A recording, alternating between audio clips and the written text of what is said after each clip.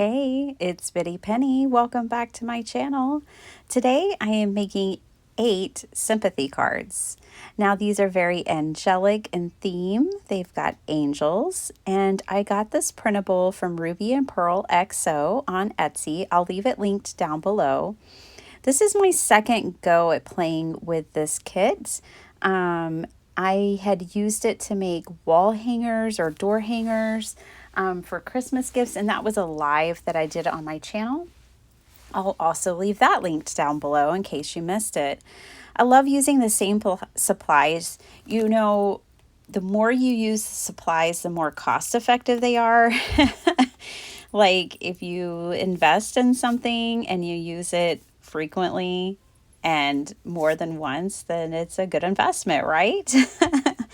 And these printables are like $5. So it's a very affordable price from the get-go. So I printed out these printables, and some of them I will tell you that I printed 2 copies per page. So when you're in your printer settings of your computer and you're about to print out your digitals or whatever, and you can select different preferences, you can usually select how many you want per page, how many copies on one page of paper. So a lot of times with my junk journal kits, I'll choose, if I'm making cards, I'll choose to print 2 copies per page, or I'll choose to print 4 copies per page. It just depends on the image, the size, and what I'm wanting to do with it. If I do 4 copies of an image per page, that is usually ideal for making A2 cards. Today in this video, I'm making 5x7 cards. Right now, I'm just going in here and adding some shimmer spray. You know, for a sympathy card, I don't want to bling it up, but at the same time, I thought this color with the aged paper really made it look aged, and it added just a little bit, very subtle shimmer to the card. And my spray bottle just wouldn't work, as you saw there, so I was just dotting it on.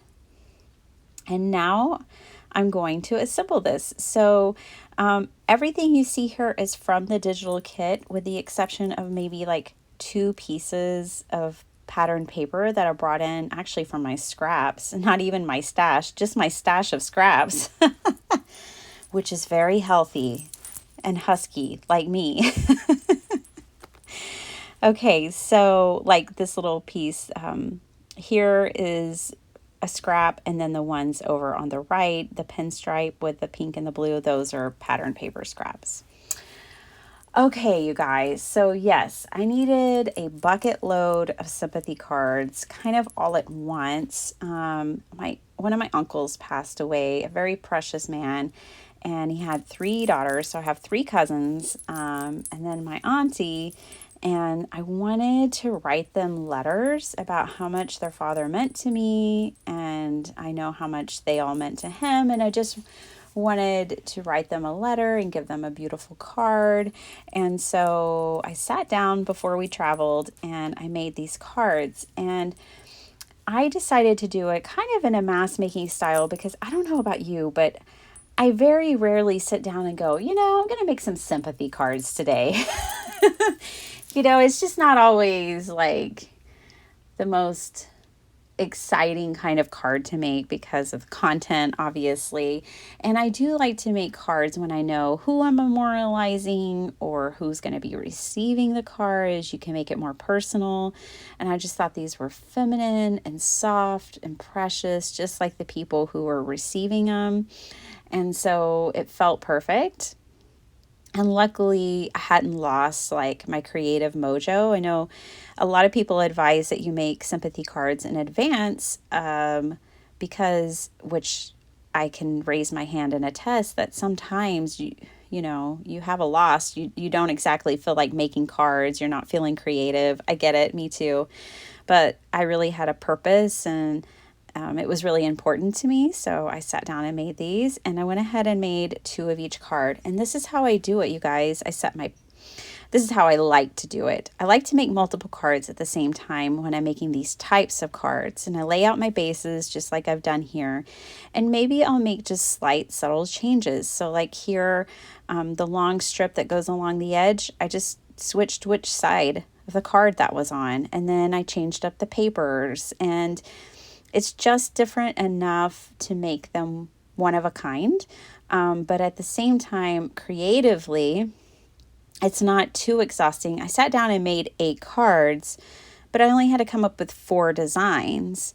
And it was actually very joyful and a very fun card making session because I wanted them to be beautiful and I wanted to bless these women. So, I hope you feel inspired by this. Now, obviously, you guys know I love my patterned paper. I love my printables. But you may be able to do a similar thing with stamping and, using your supplies however you like. I had some scrap fabric that I thought matched these beautifully. And a lot of these scraps were left over from that video where I made the wall hangings, the door hangers, which was inspired by Heather, the designer, the owner of Ruby and Pearl XO. So I have used her printables a few times for cards on my channel, and a lot of times they're some of my favorite. I'm definitely getting to a point where this is just... I'm surrendering. This is the kind of card maker I am. I love to do it all. I love all the techniques and I admire everyone's styles, but I'm definitely surrendering to the fact that this is what I enjoy. It's just so fun and easy and it feels very freeing to just collage up some cards. The cards I'm making today are 5x7. You could certainly make these any size you wanted. You could make them A2, slimline, A9, just whatever size you enjoy the most. Here is another one, and now I'm going to bring in more lace, and I'm going to bring in, once I get everything kind of just laid out exactly where I want it, then I'm going to bring in my hot seal, wax seal kit, and I'm going to put some of this leftover macrame string on these cards. So here's my kit. The box wasn't a part of the kit. It just matched perfectly. I did get this on Amazon. I will also link it down below. I do have an affiliate for Amazon, but I don't have it for any of these other things I've been mentioning. And I really love this kit because it comes with a stand, and that is just kind of a game changer for me with the hot seal wax seals. It just makes it so much more manageable. It also came with all these different colors and lots of stuff. So pressed flowers, which we will use in this video. So basically, once I had my collages kind of the way I wanted them, that's when I got my kit out and I started my wax to melt. So as I was gluing things down, these little wax beads could be melting, and it's like being a chef. You cook your rice first if it's the longest thing. It's all about timing, right? You don't want your matte wax to burn. You just want it very well melted, though. Like if it's not melted well enough, then it'll be a really thick pour. But then you don't want it to burn either and be smoking and all of that. So it is kind of a delicate balance with timing. And I do have 2 different stamped seals because I like to do multiples. And so I already know that I wanted more than one. And so aside from the kit, I bought another small kit that only had the wax stamp and 6 different seals to put on it. Now, I think for me, these little wax beads. I need a minimum of 3 for a good impression, I think. I think somewhere between 3 and 4. I do like it kind of thick. I like kind of a thick wax seal. And I will tell you, because some of mine were a little too thin on this day, that you can go over it. So if you go over it, if you do an impression and there's just not enough wax, you can pour hot wax back on top of it and do another impression. All right, so these 2 pieces of ephemera were on the same page, so I just kept them together. I had thought about separating the swan at the bottom of this image, but I just left it. It looked fine to me. It worked, and I knew I was just going to be collaging a lot, so it was totally fine. This is a really interesting piece of some kind of music sheet, and I did round the corners on that early on, bringing in more of those scraps. These scraps are just so beautiful. I love the photorealism that Stampin' Up! Was doing with some of their paper pads for a while. I haven't followed in a while, and they may still be doing it. I just don't know. But yeah, I really like the photorealism stuff. It's nice to mix it in with some of the other patterns and illustrated looks. It's just nice to have variety. So I'm adding in more scraps. This piece of vellum, oh, did you see how wrinkled that was? I tried to print on vellum in my inkjet, and oh, it was bad. It was very bad. I had to just rip it out of there. So if you have any tips for printing on vellum, please leave them in the comments down below. I would love some tips, because I really want to print some of my printables on vellum, and I have a thick one and it's designed for inkjets, but I can't seem to make it work. So maybe just my printer doesn't like it, or maybe I'm missing a hot tip that you guys have.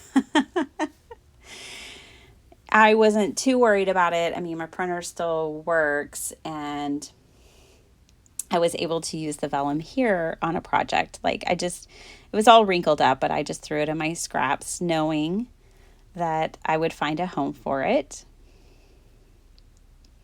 So yeah, I hope you guys enjoy these cards. They're definitely beginner friendly, you guys. So if you're a beginner card maker, these are not difficult skills. I'm just putting together different pages that I think go well together.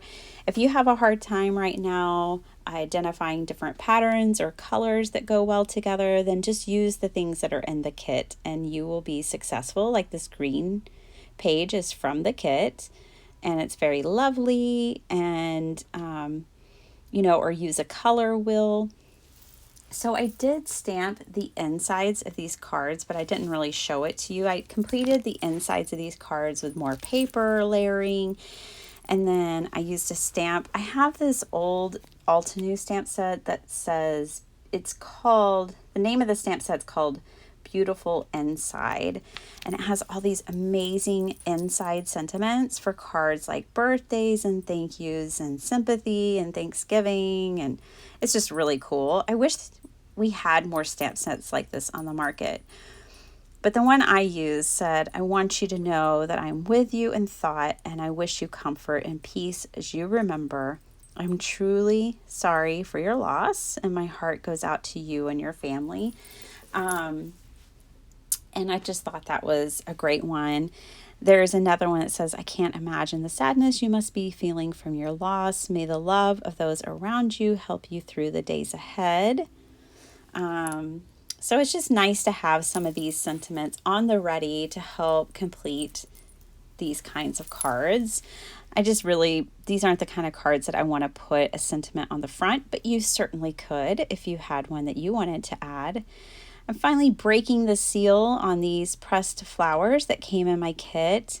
And since I gave this card away the next day, then I wasn't worried about you know, the dried flowers getting damaged over time with me storing the card or something like that. So that is one tip I would give you. Like if you're going to use pressed flowers or dried flowers, I would use them on a card that I was going to use soon.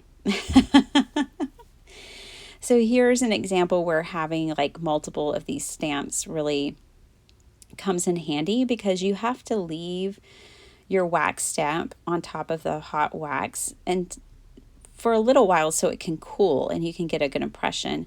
It's not like a rubber stamp where you just stamp it down and stamp multiples. That's not how it works. You know, that stamp needs to stay on top and let the wax cool, and then you'll get a great impression.